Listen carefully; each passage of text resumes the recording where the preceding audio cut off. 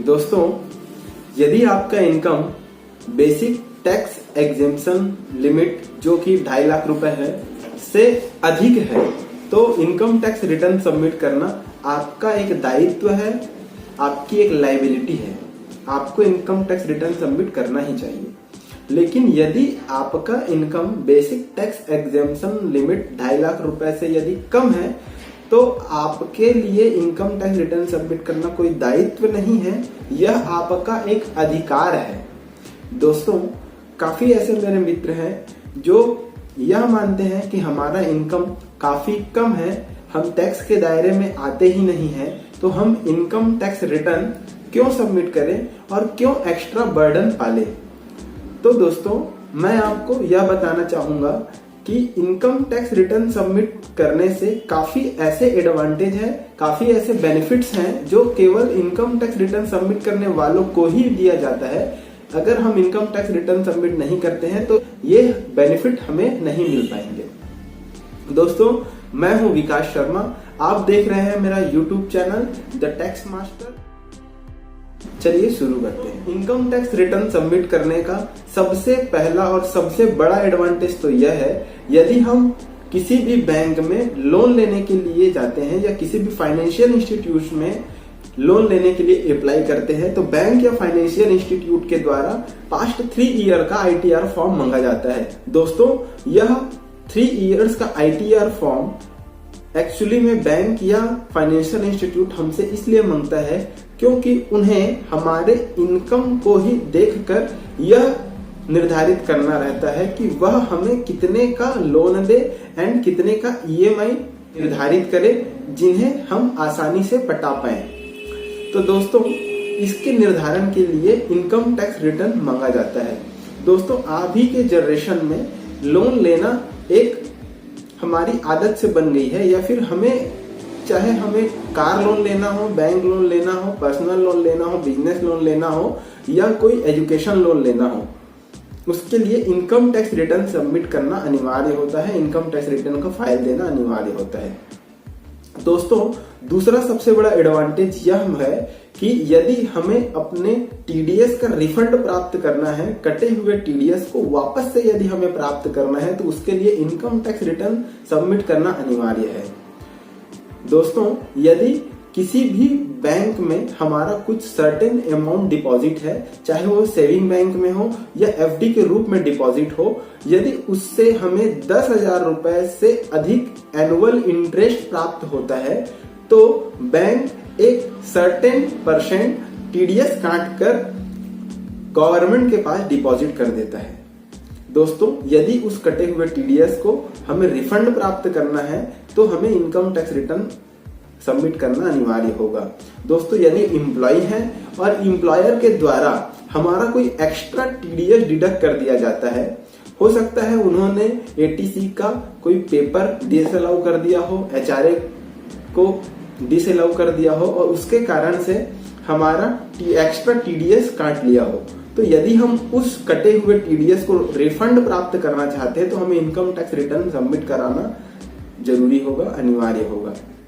दोस्तों, यदि हम किसी भी बैंक में वर्क करते हैं और बैंक से हमें कोई भी कमीशन इनकम अर्न होती है, तो यदि हमें उस कमीशन इनकम जो बैंक हमें देती है, जो कंपनी हमें देती है, उसमें से कुछ सर्टेन % वह TDS काट कर डिपार्टमेंट को, गवर्नमेंट को जमा कर देती है। यदि हमें उस कटे हुए TDS का रिफंड प्राप्त करना है तो इनकम टैक्स रिटर्न सबमिट कराना अनिवार्य होगा। बिना इनकम टैक्स रिटर्न सबमिट कराए हम अपने TDS का रिफंड प्राप्त नहीं कर सकते हैं। दोस्तों, तीसरा सबसे बड़ा एडवांटेज यह है कि इनकम टैक्स रिटर्न सबमिट करने से हमारे वेल्थ का जनरेट होता है, कैपिटल जनरेट होता है। फॉर एग्जाम्पल दोस्तों, यदि हमने कोई हैवी ट्रांजैक्शन किया, यदि हमने कोई प्लॉट परचेज किया और 10 लाख रुपए का कोई हैवी ट्रांजैक्शन किया, तो इनकम टैक्स डिपार्टमेंट हमसे यह क्वेरी कर सकता है कि यह 10 लाख रुपए आपके पास कहां से आए, इसका सोर्स क्या है। वह आपको नोटिस भी भेज सकता है। तो दोस्तों, यदि हम इनकम टैक्स रिटर्न सबमिट करेंगे ही नहीं तो हमारे पास कोई लीगल प्रूफ ही नहीं होगा कि वह 10 लाख रुपए हमारे पास कहां से आए।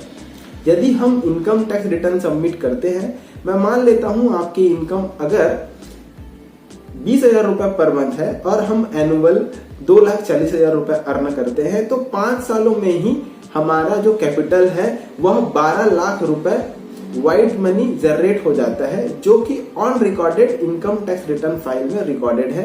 यदि हमारे ऊपर कोई क्वेरी आती है तो हम उस क्वेरी का इजीली आंसर कर सकते हैं। हम अपना income tax return file proof के रूप में डिपार्टमेंट के पास जमा कर सकते हैं। दोस्तों, चौथा सबसे बड़ा एडवांटेज यह है कि इससे हमें कोई लॉस को कैरी फॉरवर्ड करने में आसानी होती है। दोस्तों, यदि हम शेयर मार्केट में ट्रेडिंग करते हैं और शेयर मार्केट में ट्रेडिंग करने से यदि हमें कोई लॉस होता है, कैपिटल लॉस हो जाता है, तो उस लॉस को हम आने वाले वर्षों में कैरी फॉरवर्ड कर सकते हैं। दोस्तों, यदि आप इनकम टैक्स रिटर्न सबमिट नहीं करेंगे तो आप होने वाले लॉसेस को कैरी फॉरवर्ड नहीं कर सकते हैं। दोस्तों, एग्जांपल के रूप में मैं मान लेता हूं कि इस वर्ष कैपिटल लॉस जो कि शेयर ट्रेडिंग से मुझे कैपिटल लॉस हुआ है वह 40,000 रुपए है और आने वाले साल में मुझे 60,000 रुपए का प्रॉफिट होता है शेयर ट्रेडिंग करने से। यदि मैंने पिछले ईयर में इनकम टैक्स रिटर्न सबमिट ना किया होता तो मुझे वह 40,000 रुपए जो लॉस हुआ है उसका कोई बेनिफिट नहीं मिल पाता। लेकिन यदि मैं पिछले साल ही इनकम टैक्स रिटर्न सबमिट कर देता हूं तो उस लॉस को मैं आने वाले सालों में कैरी फॉरवर्ड कर सकता हूं। यदि आने वाले साल में मुझे 60,000 रुपए का अगर प्रॉफिट होता है तो जो पिछले साल का जो कैरी फॉरवर्ड मेरा लॉस है उसे मैं 60,000 रुपए से माइनस कर दूंगा, अर्थात 60,000 प्रॉफिट माइनस 40,000 रुपए का लॉस। तो इस वर्ष सिर्फ मुझे 20,000 रुपए पर ही इनकम टैक्स सबमिट करना होगा। यदि आप इनकम टैक्स रिटर्न सबमिट नहीं करते तो दोस्तों वो जो 40,000 रुपए का लॉस है वो कैरी फॉरवर्ड नहीं हो पाता और आपको पूरे 60,000 रुपए के ऊपर में कैपिटल गेन टैक्स देना होता। दोस्तों, पांचवा एडवांटेज यह है कि यदि आपके पास करेंट अकाउंट है और करेंट अकाउंट का जो कंप्लीट केवाईसी कंप्लायंस है वह 3 इयर्स का आईटीआर सबमिट करने के बाद ही कंप्लीट होता है। करेंट अकाउंट में अगर आप 20 लाख रुपए से ज्यादा एनुअल कैश विड्रॉल करते हैं तो बैंक आपसे हर विड्रॉल पे 5% टीडीएस काट लेती है। अर्थात यदि आप 20 लाख के पश्चात अगर 1 लाख रुपए एक्स्ट्रा विड्रॉल करते हैं तो हर 1 लाख के ऊपर 5% अर्थात 5,000 रुपए आपका टीडीएस कट जाता है।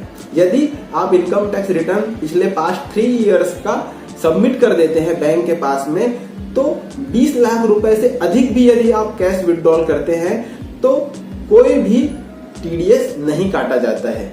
1 करोड़ रुपए तक कोई टीडीएस नहीं काटा जाएगा। दोस्तों, 6th एडवांटेज यह है कि यदि आप किसी स्कॉलरशिप प्रोग्राम में बच्चों को स्कॉलरशिप दिलाने के लिए कोई स्कॉलरशिप प्रोग्राम में पार्टिसिपेट करते हैं तो स्कॉलरशिप प्रोग्राम का जो बेसिक डॉक्यूमेंट्स होता है इनकम प्रूफ के रूप में वह होता है इनकम टैक्स रिटर्न। यदि आप इनकम टैक्स रिटर्न सबमिट नहीं करते हैं तो ऐसा हो सकता है कि आप स्कॉलरशिप जो आपको मिलना था वह इनकम प्रूफ ना देने के कारण ना मिल पाए।